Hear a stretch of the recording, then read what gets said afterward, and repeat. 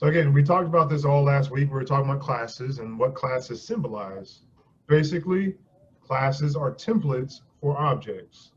So you can think about objects as, the physical representation of whatever our template is. So, I mean, if you look around your room, I'm guessing you have several different objects in your room. You have cups, you have a computer, you have, I don't know what all you have in your room. Those would technically be objects, and the spec sheets of those objects would be your classes. So same thing with programming. We can have representations of our classes as objects, all right? So that's basically what you were doing. You were creating a class, an automobile class. So let's go ahead and create that. So for this project, close all these. For this project, I kind of wanted you to do this in a new file. All right, not necessarily in your main. So I'm gonna create a new Java application, lab 3 classes. So we have this right here, right? So what I wanted you to do was take this, just a blank project, go over here on your package, right click, new Java class. All right, and name that automobile. And there you go, you have your class right here. All right, and then starting from this point, add in your code. So your code is, let's first make our class variables. We have a string make, string model, int number of doors. So let's create that first. So string make, string model, int number of doors. And again, if this was your class or you were doing this, you were working, let's say you were working for an auto manufacturer. Obviously your class, your automobile class would have more variables, more characteristics.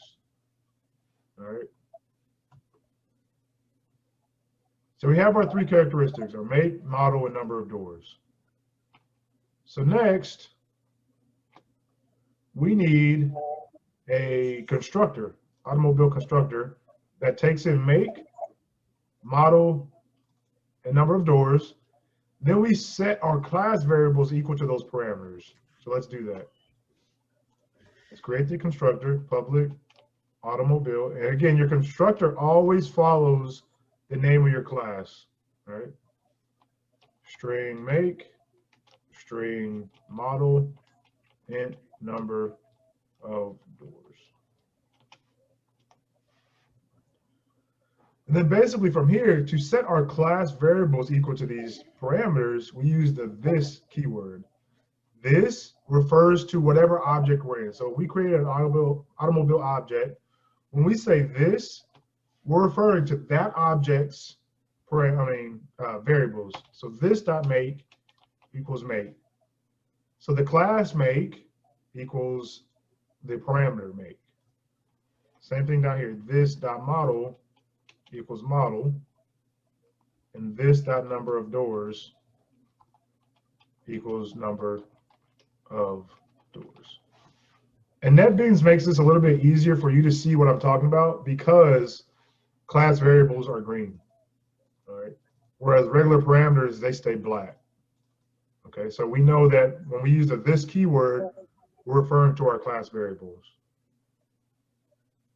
All right, so we have our constructor, and I also told you to create these methods inside your class.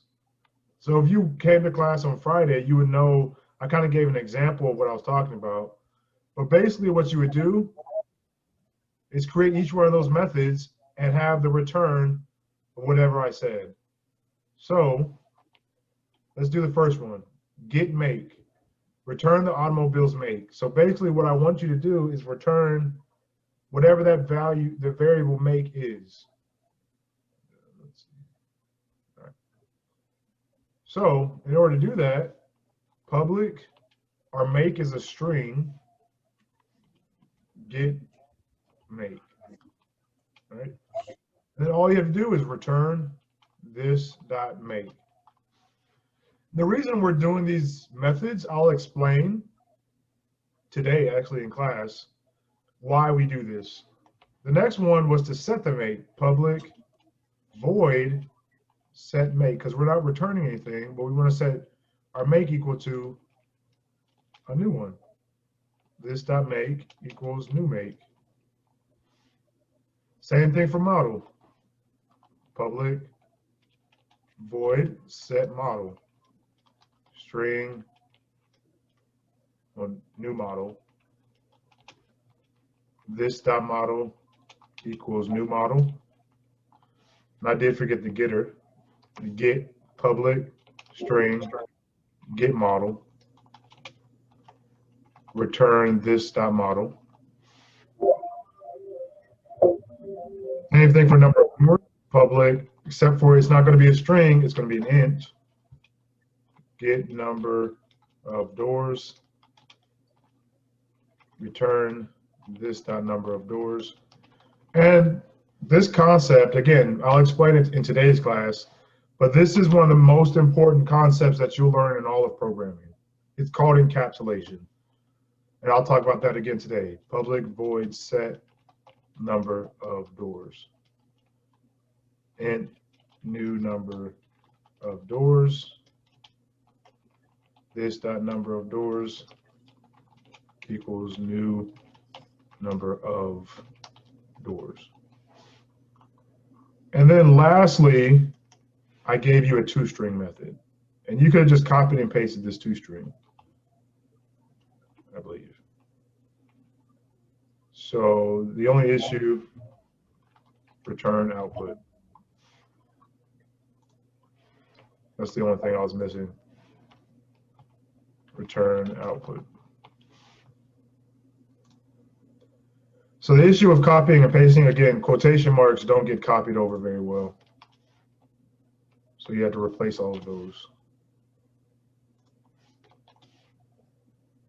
And this was basically your lab. All right.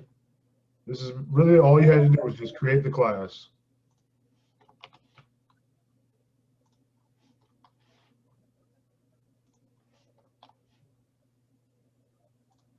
And you were done. Now you could have gone back into your original file, the one that NetBeans creates by default, and tested it. I could have did automobile car equals new automobile, and then I could have passed in Ford, Mustang, and then two doors. And I could have system.out.println. So one I could do car.make, right? That works. Or I could do car.getMake. Same thing, it returns my make.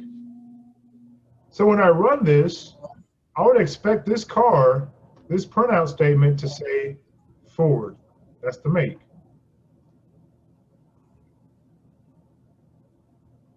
And there it goes. It says Ford. Let me put this down here. And it runs as expected. Same thing if I do get model, I would expect it to say Mustang.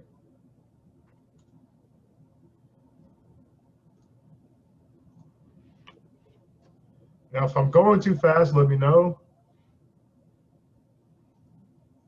And that's pretty much your whole lab. Really, it was about the automobile class. You didn't have to do the main.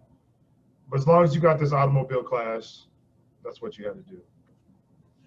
Any questions? No, sir. All right. Any feedback about the lab? Anybody thought it was too hard or didn't make sense?